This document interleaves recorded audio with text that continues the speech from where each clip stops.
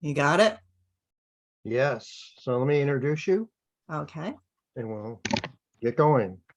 So this evening, Betsy Wilson will explore the world of motion photography through her unique experience, which is a combination of traditional techniques of controlling shutter speed with the same non-traditional concepts using camera motion and light painting.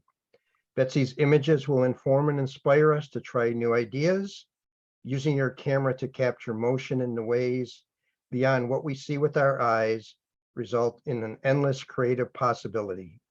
Betsy began learning photography after retiring from a career as a newspaper publisher. Her husband, Jim, gave her his hand-me-down camera. Have you forgave him for that yet? Yeah. Okay. And a lot of encouragement, and she's never looked back. Her passion for photography includes a wide variety of types, including macro, landscape, and nature photography. In addition to being honored as Photographer of the Year at the Chester County Camera Club of Pennsylvania, she's received numerous recognitions for artistic photography, including a silver medal awarded at the Wilmington International Exhibition of Photography and first place award in photography at the Philadelphia Flower Show. And Betsy is an active member of the Chester County Camera Club and has given numerous presentations and led workshops for the area camera club. So that any further ado, Betsy Wilson. Thank you. Thank you. Oh, Betsy's also, and I'll just ask if everybody could mute themselves.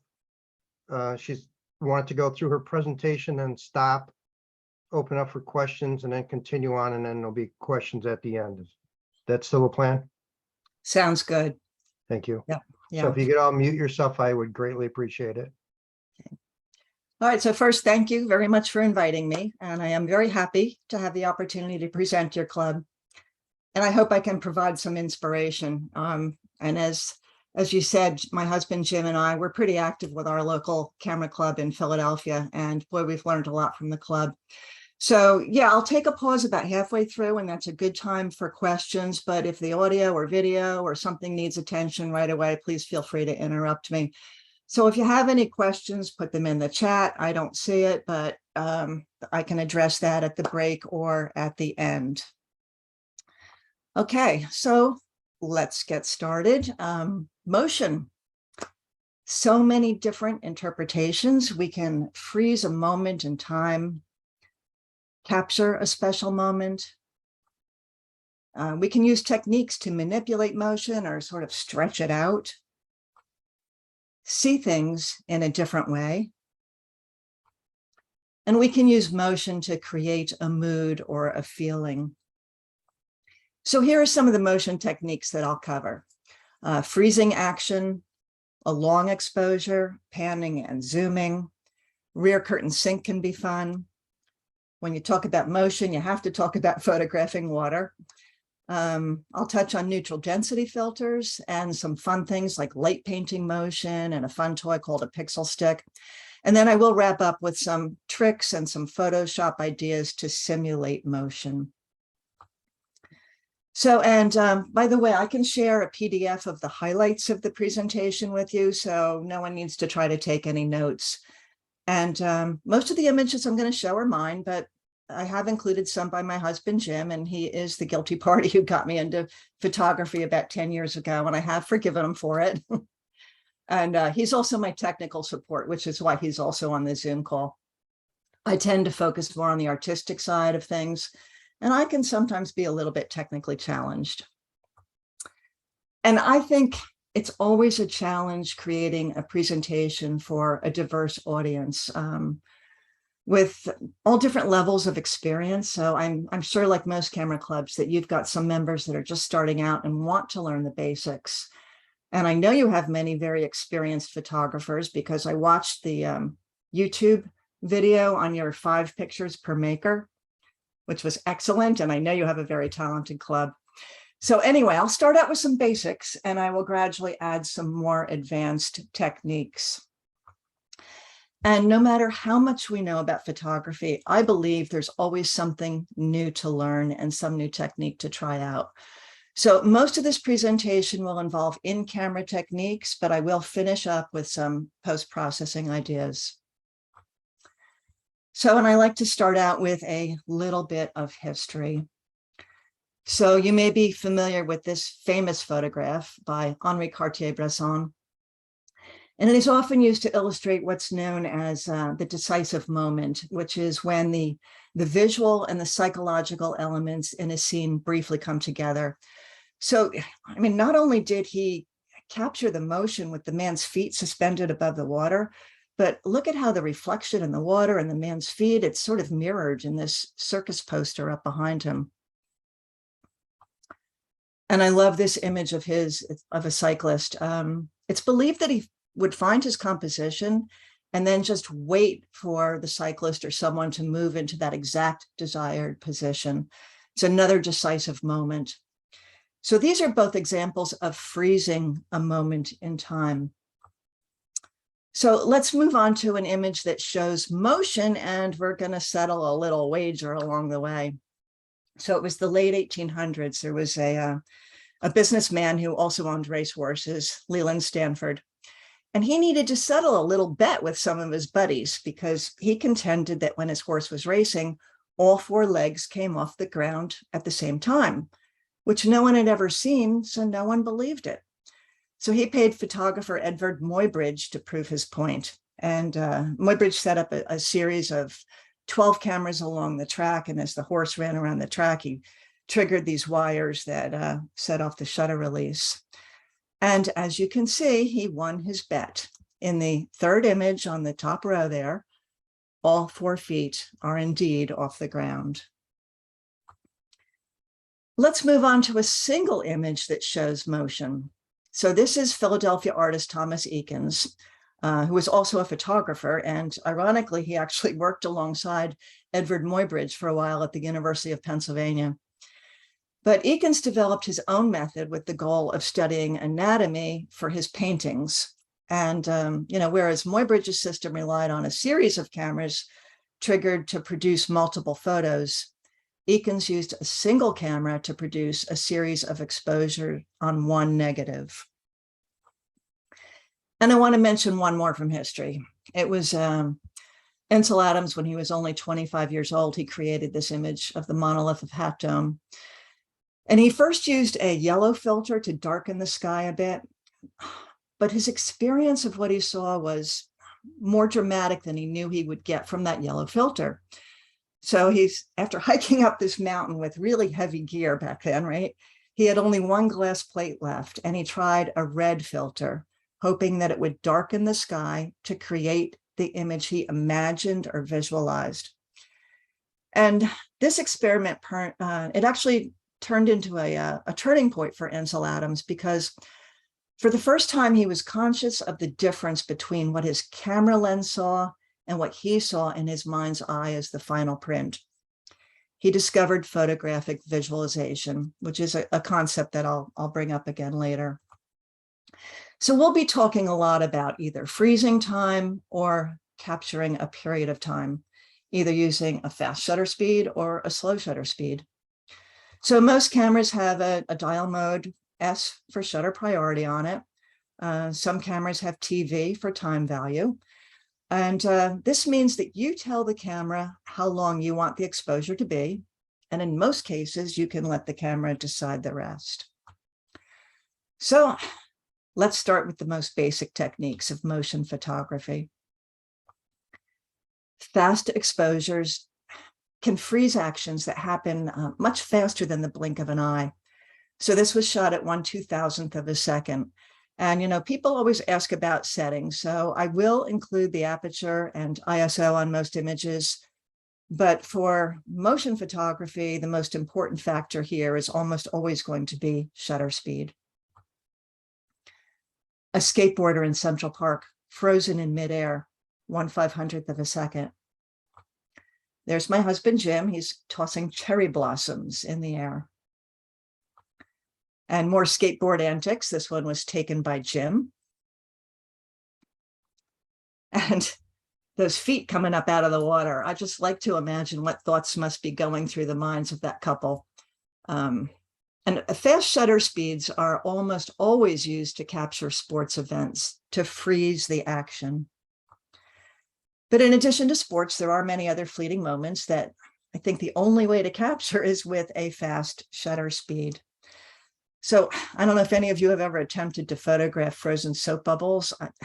I tried and failed many times before getting it, because if it isn't cold enough, I think it's got to be like 18 degrees or lower, or if there's any wind at all, your bubbles will pop before you get a chance to push the shutter.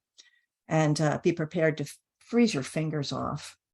And you have to be fast because they usually don't last long. Here I was happy to get this one right at the moment of exploding. But if you can capture these elusive bubbles, you can get some beautiful crystal formations like these. They form very, very quickly. So when photographing wildlife, there's a grizzly bear in British Columbia, I wanted to be sure to freeze any movement to get a sharp image. So 1/500th of a second can freeze action. But for faster action like birds in flight, you probably want to go with 1/1000th, maybe 1/2000th of a second.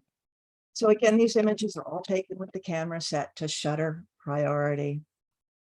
And I want to point out the magic of a fast shutter speed. I'm not a bird photographer, but I did have the goal of capturing a hummingbird. So at least I got these shots. And a quick shout out to two of your members, Libby Lord and Linda Fickinger, who both have really, really good captures of a hummingbird in that year-end presentation. So, but I included this slide to make a point about motion. Think about the speed of a hummingbird's wings. They flap, or actually they make a figure eight movement. It's 50 times per second, much faster than you can see with your eyes. So think about that bet on the feet of the racehorse. No one had ever actually seen all feet in the air. Well, without high-speed photography, we would never see the wing of a hummingbird in flight. And a great place to practice capturing motion, not too far from where I live, is a place called Middle Creek Wildlife Management Area in Pennsylvania. And this does remind me of another image on your website by Merle Yoder, and I think Merle's on the call. He captured a similar scene of just the chaos of a liftoff of birds, a really cool shot. But in late February and early March at this place where I live, Middle Creek, tens of thousands of beautiful snow geese stop here. And it's just an amazing sight and sound when they all lift up in unison. And close to sunset, they fly in from the fields to roost on the lake at night. And this is a good example of what your camera can see, but your eye cannot. So it's kind of like a ceiling fan spinning around, and you can't see the individual fan blades. These snow geese, they fly and they circle when you are there, and you experience this amazing motion, but your eye cannot freeze and see the scene like your camera can. These are tundra swans at Middle Creek, and they can be just very graceful when flying overhead. Another fast shutter speed to freeze the action of a street performer. And Jim and I were fortunate to go on a photography trip to Cuba. This is pre-COVID, of course, where we visited a local dance studio, and it was dim in the room. This bright light was pouring in from these back windows. So you can see here, not the best lighting conditions. So in this case, I set my camera, a Sony a6000, to an automatic preset for, it's called sport mode, which means the camera would pick all the settings needed to freeze the action. So this image has a very high ISO of 3200, which can create some noise or graininess. But for me, I'd prefer to have some noise in the image and be able to capture these unique dance actions rather than have a perfect quality shot and kind of miss the whole point. So we also attended a performance. This is a Santeria dance troupe. And Santeria, it's an Afro-Cuban religion, and the dancers perform this frenzied trance-like dance to drums that was really powerful and fascinating to watch. So at 1/200th of a second, it was fast enough to freeze most of the action, but you can still see just a bit of a blur on the dress and on the hair. So those examples were all done with natural light, but the burst of a flash is much faster than the shutter speed of your camera. So to really capture high-speed movement, it's best to use a flash. So although the shutter speed here, it's 1/250th of a second, the motion is frozen by the flash, which is actually faster, as fast as maybe 1/10,000th. So these were done at home just by dropping colorful objects into a fish tank. And you do need to pre-focus where you think your subject will be, as this happens way too fast for any kind of autofocus. So here's the setup. And again, I will share a PDF of the slides that include notes such as this. So you need a fish tank. You need a dark background behind it. Here I have a black blanket behind it, but after I did this, I actually painted the backside of it with black paint. That squeegee is there because little bubbles form on the inside of the glass. And you do need to pre-focus on an object. That's why this hammer is in here. This little blue tape represents where we think the strawberries will be when we set the flash off. Then obviously you gently take that hammer out, fill it up with water. And use an off-camera flash and have a friend drop fruit, other objects into the fish tank. Find a friend who doesn't mind getting wet. And here are just a few other items that I played with. So just look around your house and see what you can experiment with. Or get in the action yourself and don't be afraid to get wet. And again, at 1/60th of a second, you would not freeze those bubbles unless you used a flash. So, and if you don't have a fish tank or an external flash, you can still create images like these. I just picked up a flat-sided clear plexiglass vase at the dollar store, which worked well for this, and just set up a strong desk light for some strong side lighting and filled it with seltzer water. So capturing the motion of smoke is fun. Just burn some incense and use a flash. So long exposure. Images can be recorded in a fraction of a second or over much longer periods of time. Fraction of a second, the movement is frozen.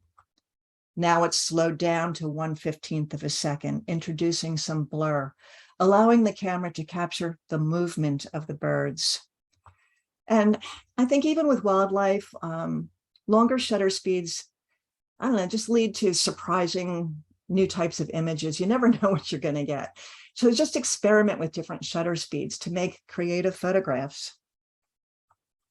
Fast shutter speed, slower shutter speed, and neither one is right or wrong. It just depends on what you are trying to convey. So I love this capture by Jim. This is one of those snow geese at Middle Creek. And here's one of mine, quite surreal, I think a little bit haunting. Or slow that shutter down a bit to capture the motion of snow flying into an open window. If I had shot this at 1/500th of a second or faster, the snow would have been captured as tiny specks instead of these streaks, which gives you more of a feel of motion. And this reminds me of yet another image. You remember John Parisi has a fantastic image of a man sitting on a bench in a snowstorm, and he captured the snow as these tiny streaks showing the motion. And time exposures can allow us to record things we can't see with the naked eye. So the streaks of light are actually headlights on the left and taillights on the right. And I love trying to capture a mix of static objects and moving objects, like the people standing motionless while the train speeds by. And with a long shutter speed, people in motion take on these ghost-like qualities. So this is quite abstract, but you can still tell this is a train speeding by. Now, this is a highway, and the cars are probably doing probably 60 miles an hour. There's a 2-second exposure to capture those streaks of light. But in a small downtown, the cars were moving much slower. So this was 8 seconds. And the camera's on a tripod, which is a must when doing an 8-second exposure. And this is the same downtown. This is from the roof of the public parking lot. And the roof has this high cement wall around it. So I actually had to raise my my tripod in the air and brace the tripod legs against the wall to get the camera high enough over the wall to get this shot. So I really had to just guess the direction of the camera. I think I got lucky. So let's capture some wildlife in motion. This is a school of menhaden fish in Cape Cod, and they were moving fast.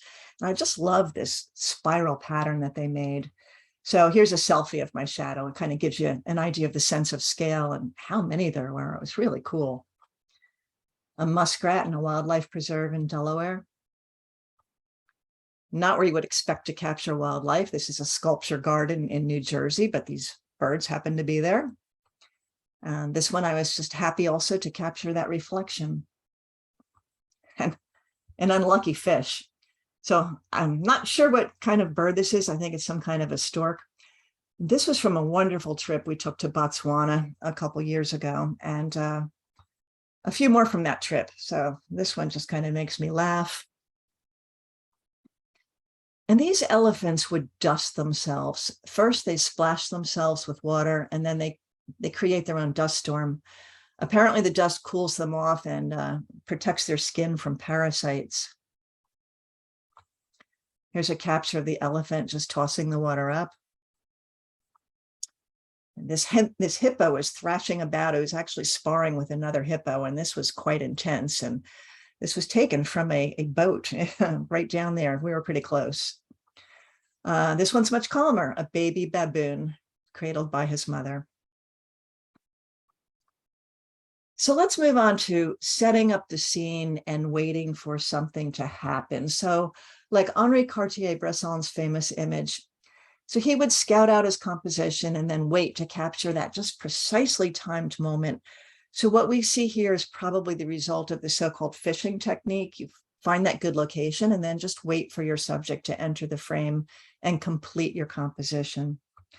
So here are a series of images by my husband, Jim. We were at a reenactment of the Revolutionary War, Battle of the Brandywine in Pennsylvania. And he was attracted to the repeating patterns of the soldiers' tents. And by moving around, he framed a nice composition, the leading lines going through these two rows of tents. And every so often, some of the soldiers would walk through the frame. So he just stayed there for a while, hoping to capture someone of interest at just the right moment. And there it is. When this young soldier walked through with the drum on his back, he felt he had something special, and I agree. I had the same idea in Cuba. I was fascinated by the colors, the shapes of the painted wall, the peeling paint on the door. So I just sat on the curb across the street and watched people going by. And this guy in the pink cap, he just wasn't going anywhere. But then I noticed that the low sun was creating these dramatic shadows. And I thought, well, maybe I can get the man with the cap perhaps showing an interaction with a shadow. And then it happened. Here's my finished shot, which I think is graphically pleasing. And I just love the story and the expression on this man's face. Another example by Jim at Grand Central Station in New York. Bright sunlight was pouring it at this low angle, creating these long shadows. So he positioned himself in the middle of the commotion and waited. And he started out by framing the people, but then he tilted the camera down. He started to focus less on the people and more on the shadows, and just waiting for something interesting. And here it is. This was the decisive moment. The foot on the left and the foot on the right are both lifted off the floor, showing movement. And the shadow of the little girl holding her father's hand, that captured the moment that he was waiting for. Okay, so up until now, we have held the camera steady, and we've either frozen motion or allowed motion to move and be captured. So let's shake that up a bit. Now we move the camera. Intentional camera movement, or ICM, as it's sometimes referred to, it's kind of a different branch of photography altogether. And the final result produces maybe a blurred or colorful and abstract image, and it's on purpose. So think of it as being like an expressionist painter. And panning is one of the most popular ICM techniques, and it's easy and it's fun. So using a slower shutter speed, maybe 1/30th, 1/15th of a second, I'll demonstrate quickly. You just swipe your camera up or down. You can swipe down, you can swipe up. You're panning your subject. Sometimes it's called panning, or sometimes they're called swipes. And part of the fun of panning is that you never really know how the image will turn out. And this is yet another example of how our eyes and the camera see things differently. If you look at a tree with your eyes and you move your head up and down, you will still likely see the tree well defined, but the camera doesn't. It sees a blur. And you can do this with a tripod. I usually do it handheld. I will kind of brace my elbows against my sides to try to keep the camera steady, because you don't want it moving around like this. So, you try to do sort of a pivoting motion. And trees work well, as although you get this kind of dreamy, surreal image, you still recognize the subject. It does take a lot of experimentation, and be prepared to delete a lot of misses. This one's got a little bit of a shake in it, giving it a different sort of staccato or jumpy feel. But it doesn't have to be trees. I think this can work well with flowers. You probably recognize this is of tulips. And sometimes I like to just plop down on the ground and play with this technique. I just really like the sort of abstract movement effect that you get. Not recognizable at all, very abstract. It's actually a colorful bunch of autumn leaves. And I like to experiment with other subjects, go beyond nature. There's an old steel factory near us called Steel Stacks, and I love photographing the structures and the rust, the patterns, the textures are fantastic, but how about a motion blur here? Very abstract, but beautiful. At the Naval Shipyard in Philadelphia, just a small panning blur gives it sort of a ghost-like effect. The ocean, now the panning is horizontal. So on all these examples, the camera is moving, but the subject is not. Let's go back to Cuba, a different kind of panning. Now, both the subject and the camera are moving. We follow our subject with the camera, and this allows us to get the subject relatively sharp and blur the background. So you're trying to match the subject's rate of movement and the direction in which it is traveling. And you're swiveling your camera along this parallel axis to the moving subject, and you hope to get at least a part of your subject in focus. So these old cars, they were a distance away from me. So I'm panning at about this speed. I'm going swipe, swipe. Now it gets really crazy. At the Velodrome in Pennsylvania, these cyclists are very close to the camera, so the panning has to take place much faster. Now I'm going swipe, swipe, really hard. So all you see in focus on this one is this guy's knee, and then an explosion of motion in front and behind. And you can get some pretty crazy stuff. Quite surreal, but I love the effect created by the spinning of the spokes. So if you want to try this, select shutter priority, and maybe 1/30th of a second, 1/15th of a second, you'll have to adjust that. It depends how far you are away from your subject, and it depends how fast they are moving. And just practice, practice, practice, and, keep following the motion even after they've gone. That just helps you to keep your camera steady. And be prepared to take lots of frames, of which most are going to be throwaways, but I enjoy surprises of bizarre and somewhat ghostly images like this. A few I took at a local cyclocross event. So much fun to watch and photograph. And I love how the wheels just sort of disappear. They melt into the track. Now, this guy was coming down a hill, so I had to pan in a diagonal direction. That was something new for me. But I really like this one. I think it gives a clear impression of speed, but it's a colorful and strong composition. Now let's add a new twist to the intentional camera motion. And by new twist, I mean that literally. Here's a normal picture of colorful autumn tree, but if we twist our zoom lens, you can get some wonderful zoom motion. You zoom in or out while the shutter is open. Okay, so you can do it zooming out, zooming in, either way, doesn't matter. Autumn trees with no zoom. And now I've given it a slight zoom. And I think this just has sort of this beautiful impressionistic look. Lights in a store window. After taking a gazillion images of cherry blossoms in Washington, D.C., I wanted to go for a different look. So I like the subtle sort of dreamlike feel to this image. Cityscapes can be fun.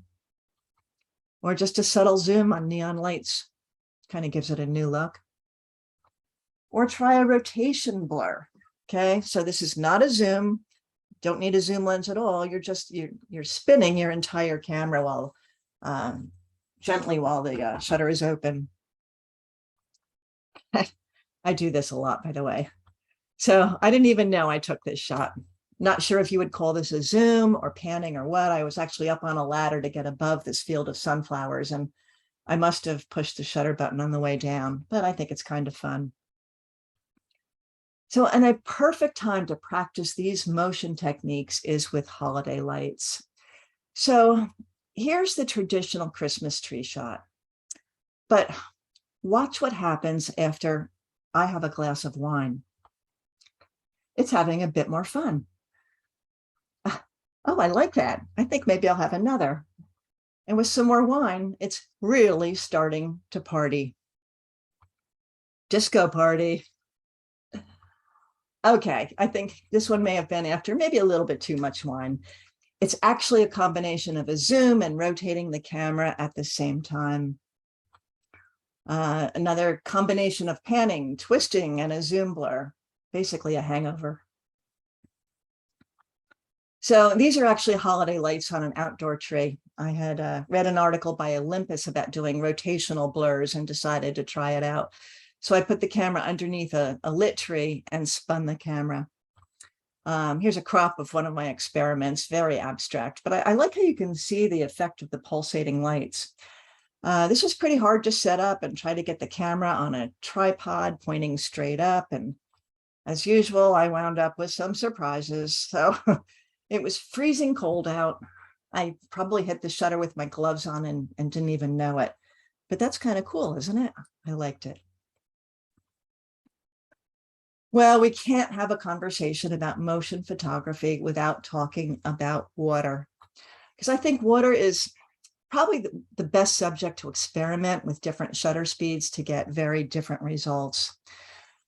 A fast shutter speed to capture and freeze the motion of water flowing over a sand dollar, or slow down to freeze the subject but show the blur of the moving tide as the water sweeps back to the ocean.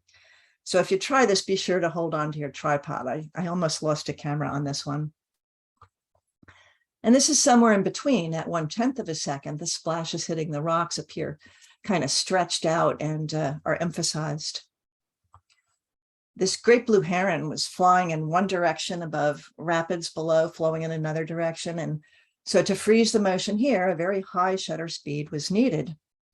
But typically, you use a slower shutter speed for waterfalls. How do you get that smooth water flow?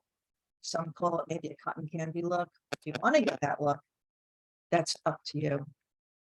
So here you can see some detail in the water, a relatively fast shutter speed. You can see sort of the crunchiness in the water. Same scene with the shutter opened longer. And now you've got that smoother sort of cotton candy look to the waterfall. And again, neither approach is right or wrong, whatever you like best. And I'll mention just one more image by one of your members. Richard Provost has an image of cascading water that was accentuated with these beautiful red leaves, just a stunning photo. And he made, in my mind anyway, a perfect choice of shutter speed to just slightly blur the water. So let's do some waterfalls using different shutter speeds. So here's the exact same scene, flowing water at different shutter speeds. I started at 1/1000th of a second, slowed it down to 1/15th of a second, same place again, but a different look at 1/6 of a second. And this is all the way down at 1/2 of a second. So you can kind of get an idea of the different look and feel you get by stretching out your shutter speed. But let's get into how shutter speed affects exposure. Because the more time your shutter is open, the more light comes into your camera. So for these examples, I now have switched to manual mode, which means I am in control of all the camera settings. So here I started at 1/250th of a second and froze the moving water. So, check out sort of like the crunchiness in the foreground here. Now at 1/15th of a second, a blur starts to occur, but it's still fairly sharp in that pool area in the center. Now it's a bit overexposed because, again, the camera isn't making any compensations. Everything's manual, but I can adjust that by lowering the ISO. So now I'm at a full second, and notice that now swirls are starting to form, and the cascading water here is much smoother. So at 2 seconds, even more motion is captured, but now it's a bit overexposed. My ISO is 200. Let's cut that to 100 and see what happens. So it's the same 2 seconds. So the look of the water is basically the same, but at ISO 100, the exposure looks pretty good. So what happens if we go to 4 seconds to go for that smooth kind of cotton candy look? Well, now so much light is coming in that the image is definitely overexposed. And I'm already at the lowest ISO that my camera has. Yeah, I know you could change the f-stop, but for this example, I'll leave that constant. Instead, I'll add a neutral density filter on the front of the lens. So it's kind of like putting on sunglasses. That will cut down the light. And yes, by adding that filter to cut down some light, the exposure looks much better. And I now have that smooth, dreamy look to the water. I'll touch on neutral density filters again a little bit later. But here's another one at 6 seconds. And, this may be too much smoothing out of the water for you, but that's up to you as an artist. A few more waterfalls, to be sure that your surrounding landscape is in focus during a long exposure. A tripod is essential. And I can now check this one off my bucket list. Very spectacular, but also very popular waterfall in Oregon. And one of the largest waterfalls in Iceland. This has a drop of almost 200 feet. And you can walk right up to the base of it. You get wet, but it's worth it. So I love this lone figure just dwarfed by the power of nature. And maybe some of you have been to Thunder Hole in Acadia in Maine. The waves rush into this small cavern and the water is forced out with this thunderous roar, which is where it got its name.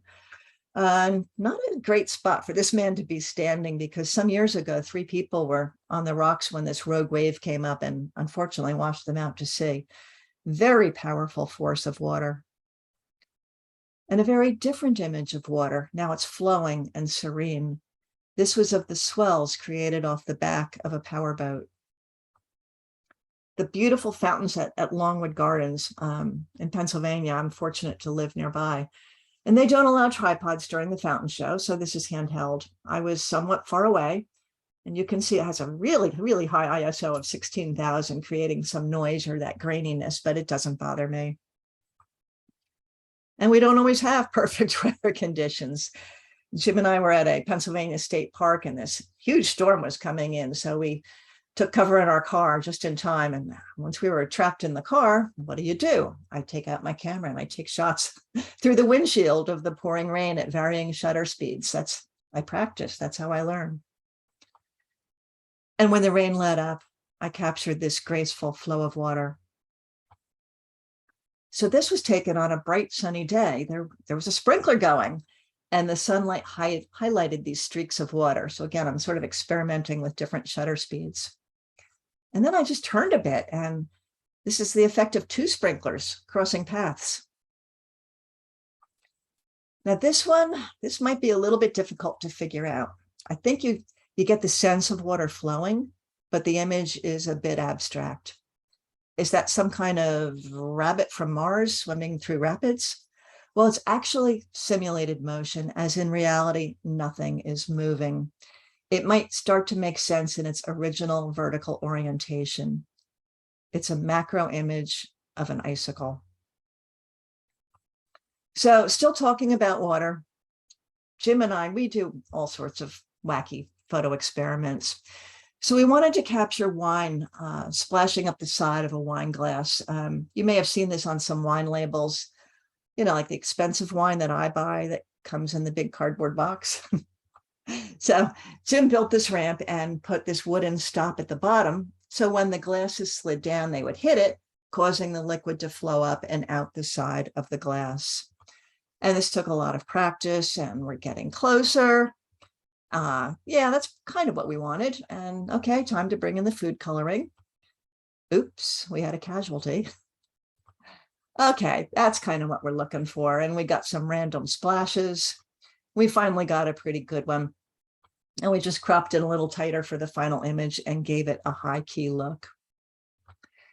So another great way to capture motion using water is with reflections. Maybe nothing is moving, but it certainly looks like it is. This is yet another reflection. I think this kind of gives the feel of one of those panning motion blurs, but it's really just the distortion from the slight movement of the water. I think it's quite impressionistic. Or it can be quite abstract, the reflection of a windjammer in Maine. Okay, here comes another mistake. So Jim and I were paddling back from a twilight canoe trip, and I was intrigued by the reflections of the houses on the lake. So Jim's paddling, I've got my camera out, and I think Jim may have intentionally rocked the boat. And this is what I got. But I love it. I think it kind of looks like curved Asian boats in front of a mountain range. It's quite peaceful and almost mystical. So thanks, Jim, for rocking the boat. So I do want to describe a bit more about neutral density filters, as they can make quite a difference. Here's the ocean in Acadia hitting the rocks, and you can see sort of crunchy detail at 1/125th of a second. But maybe you want to go for a different look, smooth that water out a bit.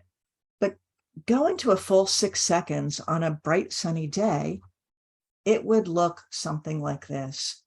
Way too much light is coming into your camera, and you can't adjust any settings to get a good exposure when your shutter is letting in bright sunlight for a full 6 seconds. So you have to put those sunglasses on the front of your lens, a neutral density filter. So hopefully you can kind of see, I can see through this kind of like sunglasses. This twists onto the front of my camera. There's a darker one, and you can actually stack them. And clouds, God, they just take on a mysterious feel when kind of stretched out using neutral density filter and a long exposure. So on all of these, I'm using the exact same f-stop and ISO. So here are clouds just right outside my house, 1/125th of a second. Same scene, but now this is a full 8 seconds. And I put 8 stops of neutral density, or a lot of sunglasses on there to slow it down that long. Now I'm at a full 30 seconds, which took 12 stops of neutral density filters. But look at the difference in the look of those clouds. They are totally stretched out. And this is actually the exact same shot in black and white, just because I really like this look in black and white. So here's a beautiful sunset of the Philadelphia skyline, and I like these clouds, but they take on a whole different look when stretched out over 3 minutes. And again, I really like black and white with this look. So water to stars. So I haven't done a lot of night sky photography, but I just wanted to point out that the challenges with the motion of the stars, or rather the Earth, you need to keep your shutter open long enough for enough light to reach your sensor. But if you leave it open too long, your stars will turn into little streaks. So this was a 30-second exposure. And I actually lit my daughter with a flashlight. The camera was on a tripod, and I just went up with a flashlight. So here's another Milky Way shot, but I thought this was kind of fun as it picked up this satellite moving through the sky. And I know you've all seen images of star trails, much better ones than this one, but I finally did my first attempt. So this was a really, really cold, windy night. I'm out in a farmer's field in Lancaster County in Pennsylvania to try to find a dark sky area. And I set up my camera and I used an intervalometer to time the images. So at least I didn't have to freeze my fingers by pushing the shutter every 30 seconds over the course of 40 minutes. So for those of you who don't know how this is done, it's actually multiple images were shot and then blended together as layers in Photoshop. Okay, we are done with water and stars, something different. How would you go about capturing the motion of tiny dandelion seeds flying off the flower heads? Scanning.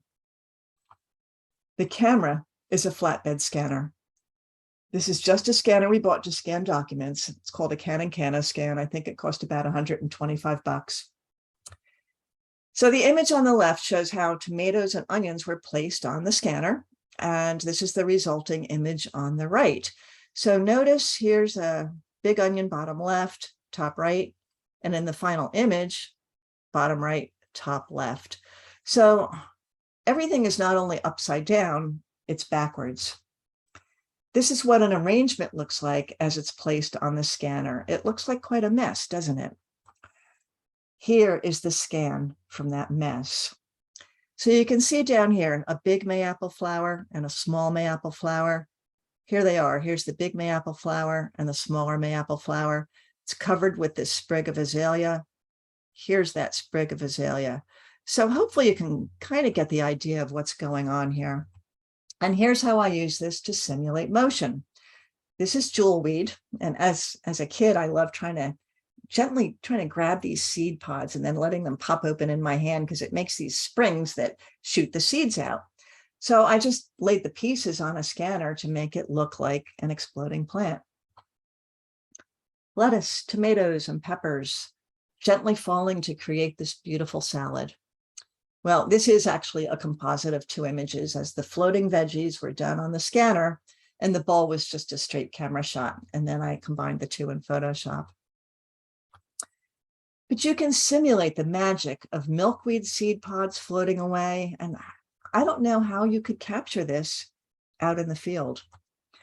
So I'll take a pause here and ask if there are any questions. So Frank, if you want to let me know if there were any questions. Yeah, did you want me to just say a bunch?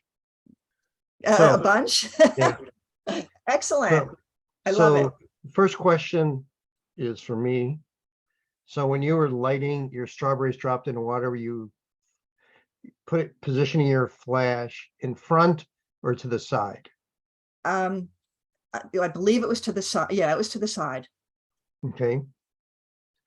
The other question was when you were zooming and using a slow shutter speed, were you using a tripod? Sometimes I do. Typically I don't, because most of the times I don't have my tripod out with me when I'm out trekking about. It's when you're doing a zoom, it would probably look better if it was on a tripod.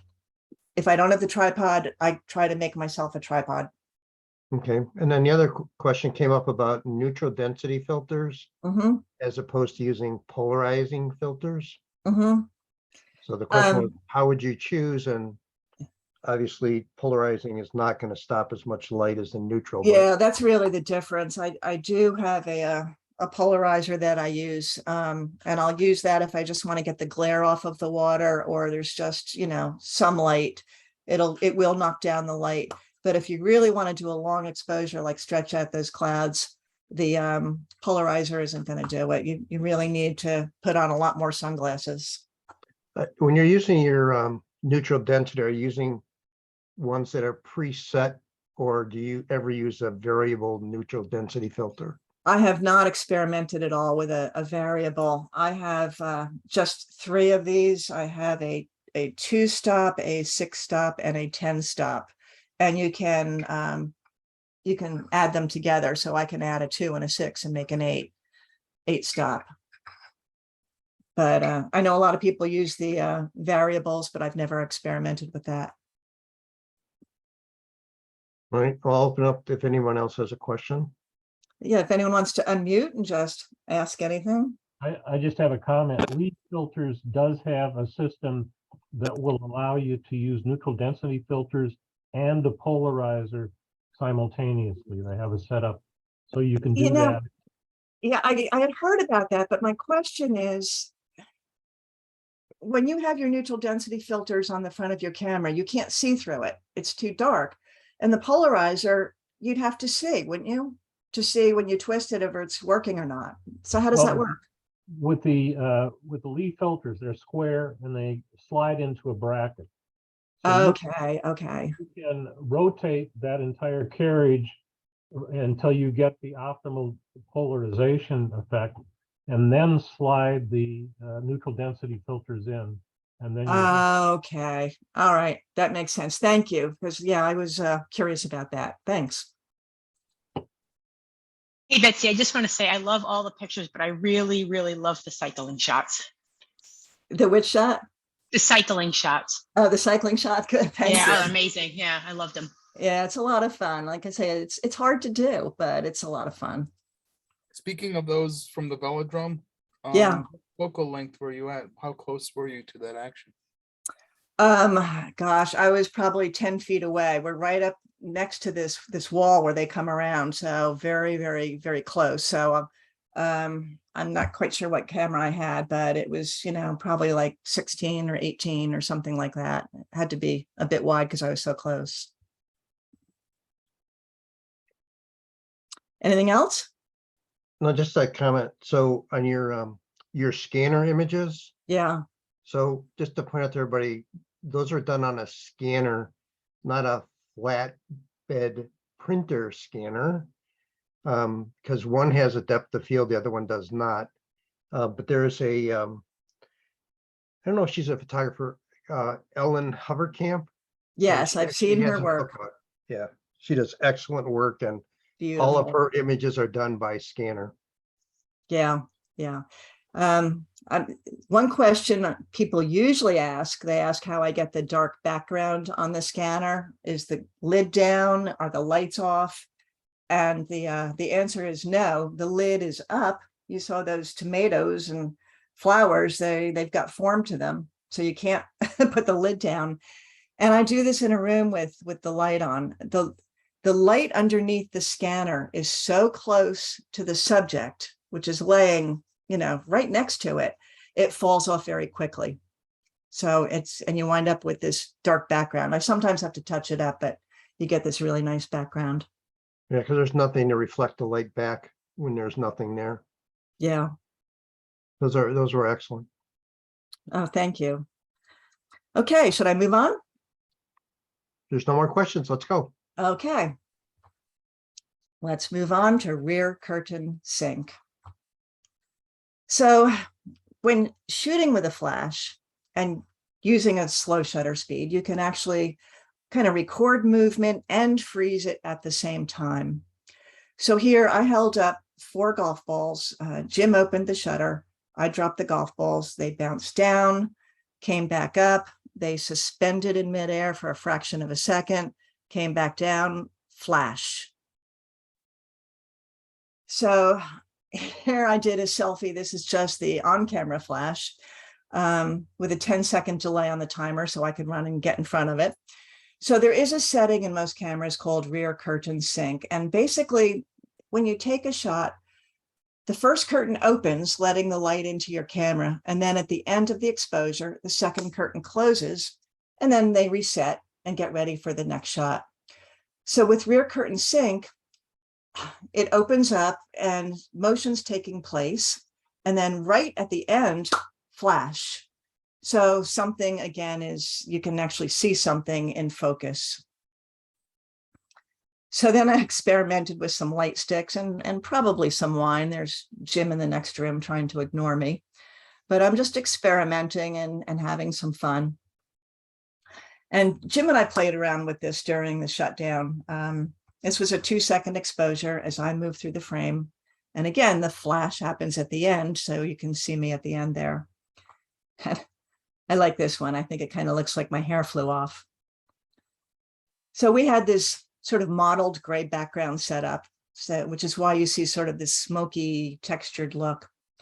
And I like this textured look, but it's not quite the look we were trying to achieve. So I asked for a black background for my birthday and I got it. because this is the look that we wanted to create with the black background, much more dramatic.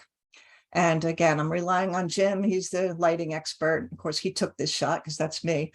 And here's the setup. And to the right over here is a continuous light in a softbox that sort of diffuses and spreads the light. So that's providing the light as I'm jumping around here, okay? And then on the left is a speed light that fires. It flashes at the end of the exposure to freeze the action. So that's why it's a combination of a blur and something sharp.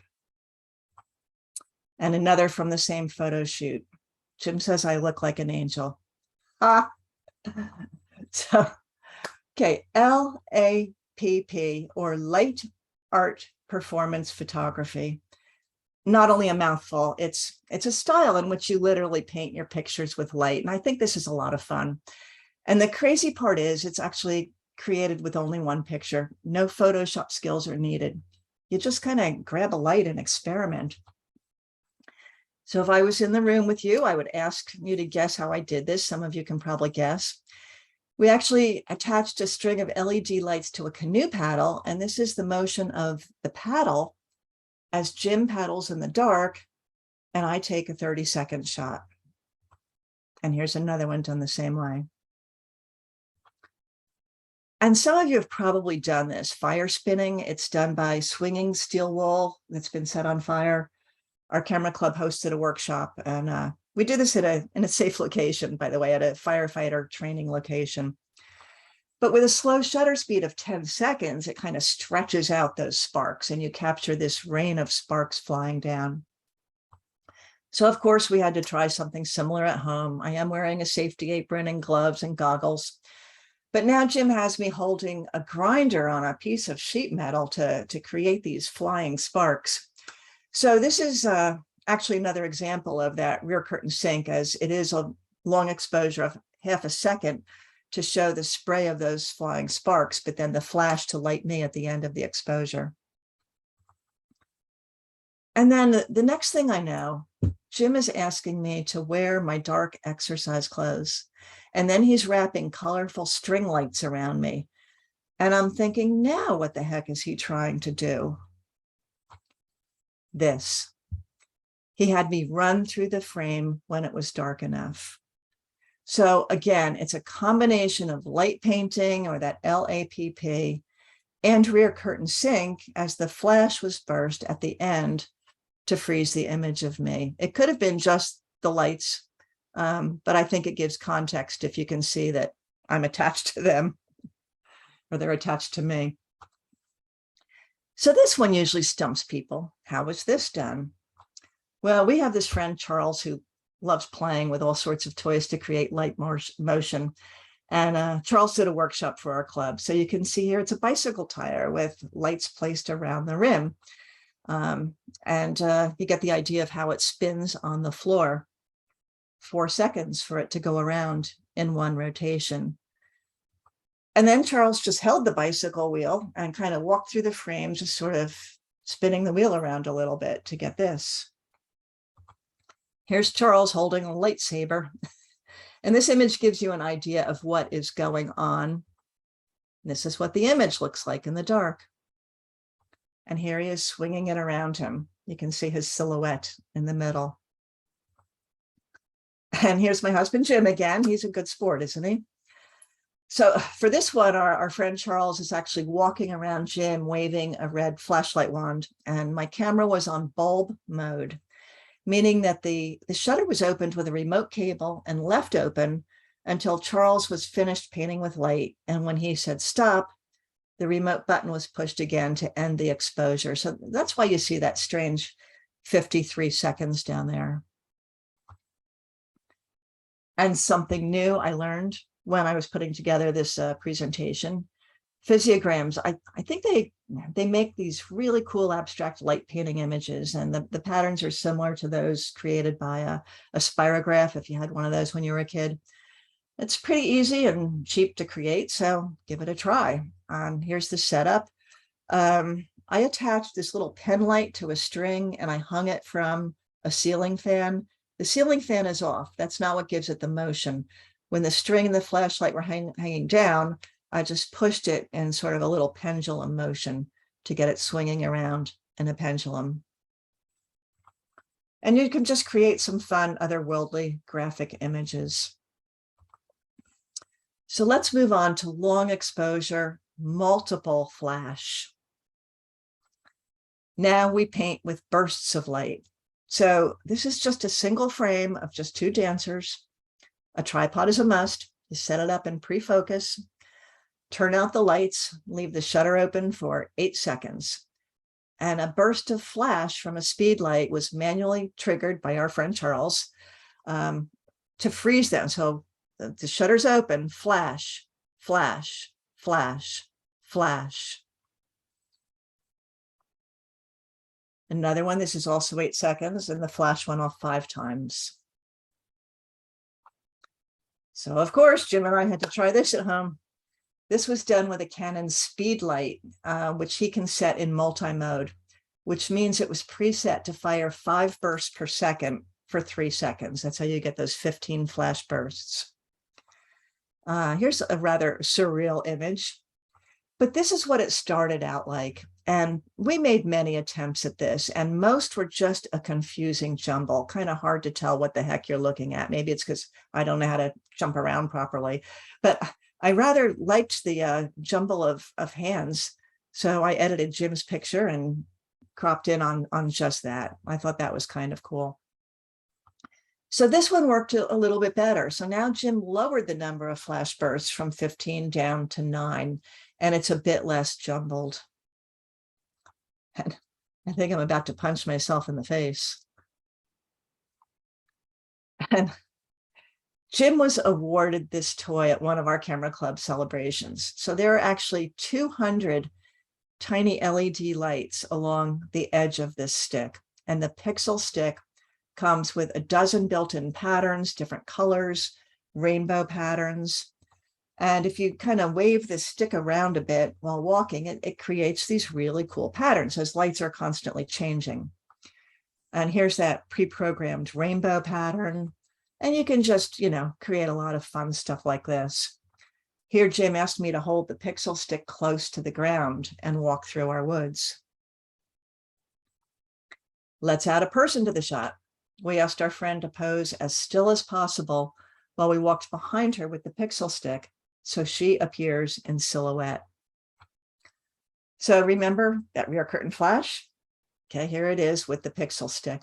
So actually you can see me over here on the far left. I'm finishing up walking with the pixel stick behind Jim. And at the end of the exposure, we've added the flash. So Jim has been lit up. Otherwise he would have been in silhouette. Another example, this time I am the subject. But here's where it gets really crazy. You can load your own image into the pixel stick. So each one of its 200 LEDs acts like a pixel on a screen, displaying your image one vertical line at a time as you walk. So here we have our friend Bob set up like he is raising a glass to himself. We already had this picture of Bob, and we downloaded this picture onto the pixel stick. And then we just asked Bob, sit in the dark and hold your beer bottle up and sit still. He had no idea what we were doing. So that other image of Bob is in the stick, and as Jim walks by, slices of the photo flash. All you see at the time is this weird stick that's blinking lights. It almost looks a little bit like this. And then when Jim was done walking with the stick, we lit Bob with a burst of flash. So alas, the end result is real Bob and virtual Bob together. This is a single frame. It is not photoshopped. Here I'm actually sitting in a canoe that's on a picnic table. Jim, he builds and restores wooden canoes, and this is one he built. So an image of the ocean was loaded onto the pixel stick, and then Jim walked by me twice, once with the ocean image on the stick behind me, and then again in front of me. And then Jim loaded a creepy picture of himself and walked it behind me. He told me to look scared. Again, I had no idea what image was on the stick, but he's right, that's pretty creepy. So what if you are the motion? So you've seen examples like this where the photographer and camera are stationary and the subject has movement. So here you see the ghost-like images of the people as they move up the escalator. Well, what happens if the photographer is moving on the escalator? Both the photographer and camera are moving through something that is stationary. So the escalator steps are sharp as the camera and the steps are both moving together. But the sides of the escalator show the motion as the camera moves up and the sides do not. So I had to try this one about 20 times as I was paddling solo. I had to paddle really hard to get the canoe moving and then lay back. I had to get low to take this shot, drop the paddle, pick up the camera, get low because I needed the bow of the canoe in the shot. And I had a lot of misses. So this is that same canoe that Jim built. But you get the idea that the canoe is sharp as the camera is moving with the canoe while the grasses in the water appear to glide by. Okay, so now we're going to take it up yet another level. What if you're in a car going 25 miles per hour while you pan a subject? As the car goes by, you rotate the camera to keep the subject in the frame. Now you do need two people to do this, a driver and the photographer, and you get this kind of swirly, crazy rotation effect. So I'm going to demonstrate. Hopefully you can see me in the little box there. But you can see the back of my chair. Say this is the tree, and there's a road going behind the tree. So I'm in the passenger seat of the car, Jim's driving. As we approach the tree, I'm pointing the camera at the tree. And as we go by, I continue to point the camera at the tree. So you can see I'm rotating the camera as we go by. So it's actually a combination of lateral motion and a rotational motion at the same time. So, it works great with colorful trees such as dogwoods or redbuds in the spring. My favorite is colorful trees in autumn, so it's right around the corner. You can focus on other subjects. Here's a cabin in Valley Forge, and look down at the grass. You can see sort of the rotation effect down there. I think this kind of looks like ghosts are leaving the cemetery. And, sometimes I think it results in just a hurricane of texture and color. And I really love this technique. It kind of makes me feel like I'm kind of immersed with the forest as I move through it. And it can be quite abstract, impressions of color and texture in which, the details are just sort of dissolved by the motion. But in most images, there's enough form retained to suggest a sense of subject. And here are the how-to notes. So again, from a moving car, please don't try this on your own. Drive past the subject while rotating the camera. And I think about 25 miles per hour works the best. I have done it from a highway going 50 or 60. It's just a whole lot harder. About 1/15 of a second, I find works well. And it takes a lot of practice. And believe me, you get a lot of throwaways, even after I've been doing this for years, and still I might take 100 images and keep one. So a lot of hit and miss, but when you get it, it's kind of fun. Okay, so up until now, all the images, with the exception of the star trails and the falling salad, can be done in camera. No Photoshop necessary. Let's look at ways to create or simulate motion using post-processing tools. So this looks like a zoom blur, but it was actually a fully focused sunflower. The radial blur was added in Photoshop. Now, I'm not going to get into the how-to specifics of Photoshop, that would be a whole nother presentation, but I want to share a few ideas of how you can use post-processing to simulate motion. I wanted to capture fireflies and create sort of a magical fairyland look. So here I took about 20 shots. Each one was 6 seconds to sort of stretch out that light, capture the movement of the lightning bugs. And then it's really pretty easy to blend them together as layers in Photoshop. For this one, I actually started out with a normal shot of birch trees. And in this case, I added the blur in Photoshop. But this is different than the panning blurs we did before, because I wanted to add back some of the bark texture back in. Okay, so here now I've brushed in just a little bit of that bark texture without the bark texture, and the bark texture from the original image gives it a different look. So back to setting up the scene and waiting for something to happen. This time I'll give it a little Photoshop help. In Chelsea Market in New York City, there's this stretch of flooring that's lit from below. And I just loved watching this variety of legs and shoes. And I felt that there had to be a shot here. And I just sat on a bench and I took lots and lots of shots. And back at home on the computer, I kind of like this one with that wheelchair in it. And this one with these colorful shoes. So I thought, well, what happens if I combine the two? So this is my finished image. So it's a composite, but this represents the hustle and the bustle and the diversity that I was experiencing at the time. And it's funny, I didn't even realize until about a month later that the colorful shoes walking out of the frame, it's the same pair of feet walking into the frame. Oops, but that's okay. I still like it. So remember this one done in camera using the long exposure and rear curtain sync. This motion was all done in post-processing just by adding a blur filter in Photoshop. And here I love the solitude of this lonely figure walking on a shallow beach in Cape Cod. But here's the original image, not a great photo, dust spots and all, but I like the mood. So I decided to give it a little help in Photoshop. And I used that motion blur filter to smooth out the waves. And then I enhanced the color to, just create this serene scene. Because this is how I remember the magic of those endless patterns of the shallow waves. It was really beautiful. And a fun trick you can use on seascapes. So here's a fast shutter speed to capture the crashing surf. And in this one, I used that neutral density filter to show the soft, more romantic look of the ocean. But then I kind of wanted to add a little bit of those waves back in, give it a little more excitement. So I can combine the two images and just brush in the waves and spray from the original image. A couple of images captured of skateboarders. This is in Philadelphia, and I really liked the shadow on this one. And this one caught in midair. A second later, this guy was on the ground. So these were done, of course, with a fast shutter speed.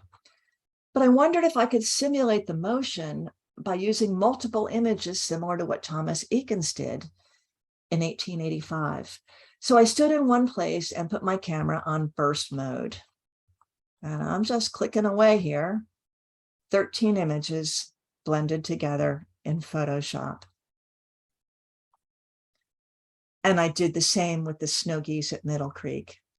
This is about 30 separate exposures of images taken in burst mode and then combined in Photoshop. So I'm there just going click, click, click, click, click, click, click, click, click, click. So as opposed to just freezing birds in flight, I think it gives the impression of movement. You can see the flight pattern as they move across the sky. This one has more of a painterly look to it, and you can actually see the movement of the winter vegetation in the foreground as it sways in the breeze. So again, this effect was created by blending multiple images together. And I want to share my thought process on a shot. Jim is in charge of workshops for our camera club, and he loves ballet. So he set up a photo workshop with the local ballet company, the Brandywine Ballet. And they provided the dancers in their studio, and we had camera club members bring along their own studio lights. And it was a lot of fun. The dancers were amazing. And I think everyone came away with shots they were happy with. And I got quite a few as well. But in addition to shots like this one, I wanted to try something unique. There were 25 camera club members in the same place, shooting the same poses. I wanted a shot that no one else in that group that day would have. I wanted this. So remember the story of Ansel Adams and visualization, the combination of his imagination and then technique. Well, I wanted to show a progression of movements. So I visualized this in advance and I had to plan what I needed to do. So how did I do this? Well, most of the images were shot with a very fast shutter speed. That's why we brought all the high-powered lights. So you can see here, this image was shot to freeze the amazing Amanda at the height of a leap. Note the high ISO, 1/1000th of a second. Now look what happens when we go to a much longer shutter speed of 1/3 of a second. Now there's a blur that indicates movement. Now it's a bad shot. I don't want a two-faced Amanda, but I purposely put this in to show you that you need to take a lot to get a few that you like. Here are the shots that I used straight out of camera. 1, 2, 3, and 4. And this last one, I wanted her to face the other way. So I turned her around. Put them all together in Photoshop for the finished image. And a different technique to show motion. I took multiple images in succession and brought them in as layers in Photoshop. And by lowering the opacity of some of the images, there's just a subtle sense of graceful movement. This was done the same way. And sometimes I like to just experiment. I wondered what would happen if I put Amanda, the ballet dancer, inside of one of my swirly hurricanes. So I did. I think it's kind of fun. And we drove by these giant wind turbines, and I wondered if I could try the same technique here. There you go. That's kind of fun. Okay, the last series I will share shows some examples of images that began in my imagination, and I had to try to figure out how to create it. So this one was a bit more difficult as the model was not as cooperative as it appears in this finished image. My dog Shadow did not want to sit still. So this presented a different kind of motion challenge, how to make it stop. So it took a couple of assistants. Here's Jim, our daughter Alex, a lot of flour, a lot of tries. Oops. And here's Jim finally figured out if you put a little bit of peanut butter right there, she'll keep it in her mouth. So this is the shot that I used of our dog Shadow. And then I asked Jim just toss some flour around. Then I removed Jim's hand, added the flying flour for the motion, and here you go, Shadow the chef. Not the final shot, and we're the final model. So I want to create a dramatic shot and recreate Lizzie Borden. Have you heard of her? Lizzie Borden took an axe and gave her mother 40 whacks. So I started by setting up the lighting and the camera angle, and Jim is setting up side lighting to sort of create that dramatic, scary look. So here I actually have the camera lying on the floor, and you can see that I'm triggering the remote control in my hand.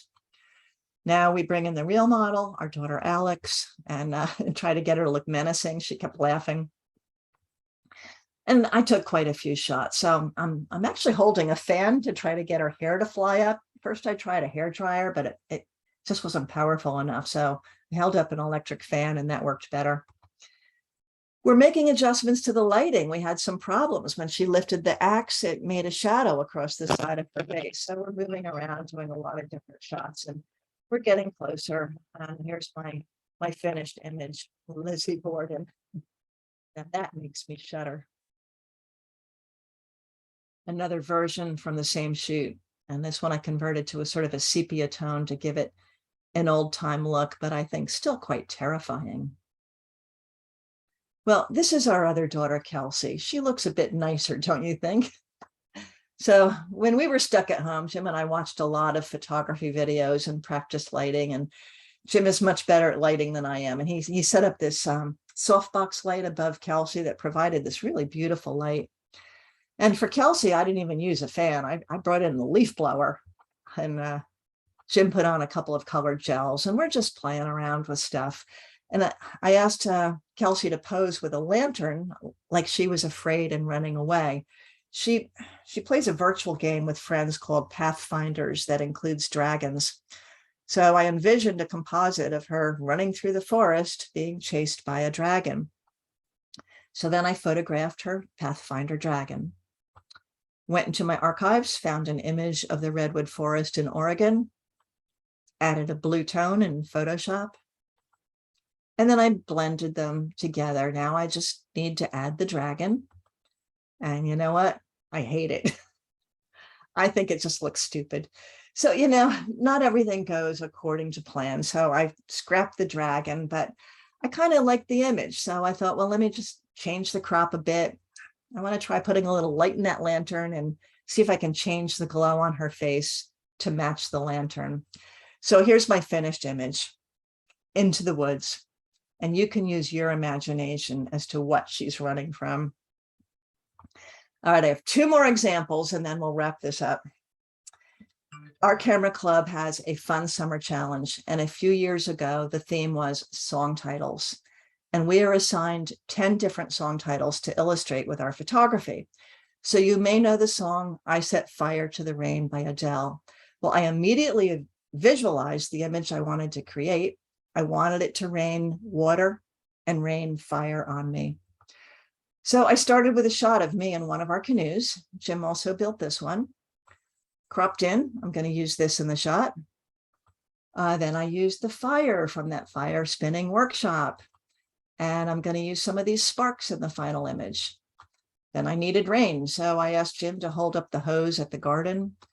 And I just practiced with different shutter speeds, fast, a bit slower. I added some clarity. Now I had my rain. Next, I composited the rain and the sparks and the image of me. And you can actually see how I tilted the layers coming in so that they would hit the umbrella in the direction that I wanted. I think all I need to do is add some sparks on the umbrella. Here's the finished image. I set fire to the rain. So these summer challenges are a lot of fun. They force us to think outside the box and get creative. And I have done some wacky and embarrassing stuff.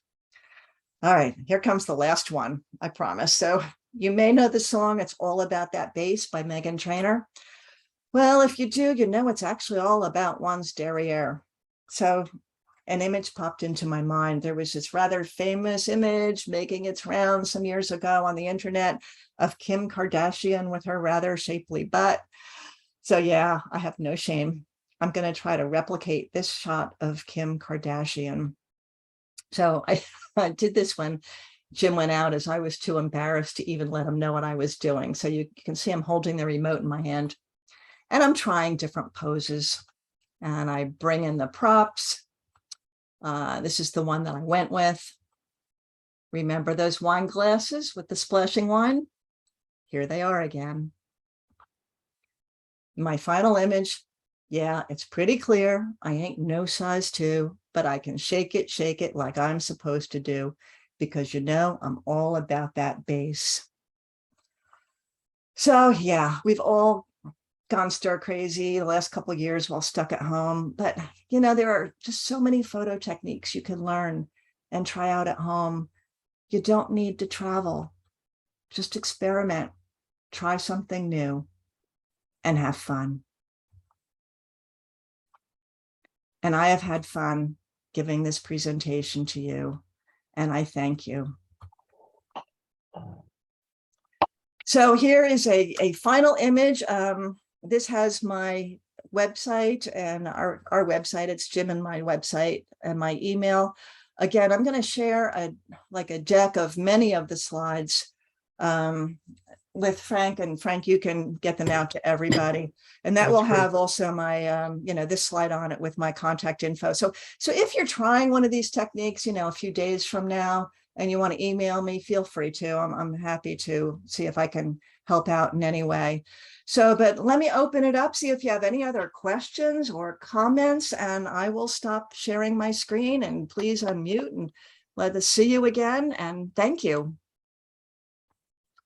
First of all, thank you. That was a great presentation, Betsy. Thank you. That was an excellent presentation. Yeah, that was Thanks. amazing, Betsy. Thank you so much. Oh, you're welcome. Thank you. That was wonderful. Are there any other questions, or has anyone tried any of these techniques? I mean, the tougher ones. I mean, I know you've all done waterfalls and fast shutter speeds.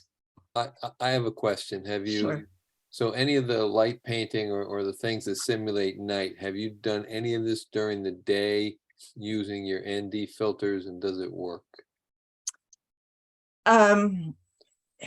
So you don't Okay. always have to be out in the cold at night and all that kind of stuff. Okay, I think I understand your question, and there's one technique on my list that I want to try.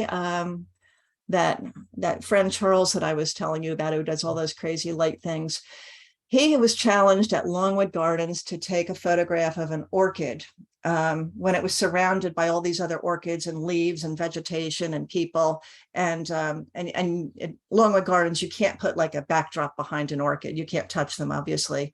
He came up with the idea that I thought was pretty cool. He put ND filters on his camera. So he basically darkened the entire room he didn't darken the room. The lights were still on in the room. There were a lot of people there, but his camera saw it dark. And then he took a flashlight and lit the orchid And with the painted it. flashlight long enough. So I'm not sure, is that kind of what you were talking about, Bob? Yeah, but I was thinking, if it's getting dusk or something, because where we live here, we have lots of bears. So, there are times I go out at night and I want to do some painting and I want to fool around. And, the minute I hear things rustling and all that stuff, I go back inside. It's just, I don't want to be surprised because we have enough coming through here that it can happen quite frequently. So I kind of want to do some of this stuff at dusk and maybe try throwing some ND filters on to artificially darken it and then do those paintings and get pixie sticks and I don't know why you sticks and couldn't do stuff like that. I think that makes perfect sense. And you know what? We've got that pixel stick. I think I'm going to give that a try. That's a great suggestion. Hey, think Bob, will. I go out with my friend to do like Milky Way night photography, and I'm in charge of carrying the bear spray. But I'll be honest, I don't 100% know how to use it. Let's hope you don't have to learn. There's certainly enough around that I read the have- directions every time we go out. I read them like because I've never had to use it, thankfully. So Wow. Bob, let that be a lesson. Don't take Nancy as the sidekick to protect you against bears. At least I remember to bring the bear spray, Frank. Betsy, could you re-explain, you just showed the image on that multiple on the last slide you put up. I think it was the one with the bicycle wheel, but it ended up with this beautiful dome of iridescent green lines. All right, I'm going to share my screen again. Okay, so this one right here. Yes, I think I sneezed in the middle of what you were saying about how it was done and I missed it. Okay, I think it would take me too long to go back to the images that actually showed how it was done, but it's actually a bicycle wheel that someone placed. You've got your circular wheel.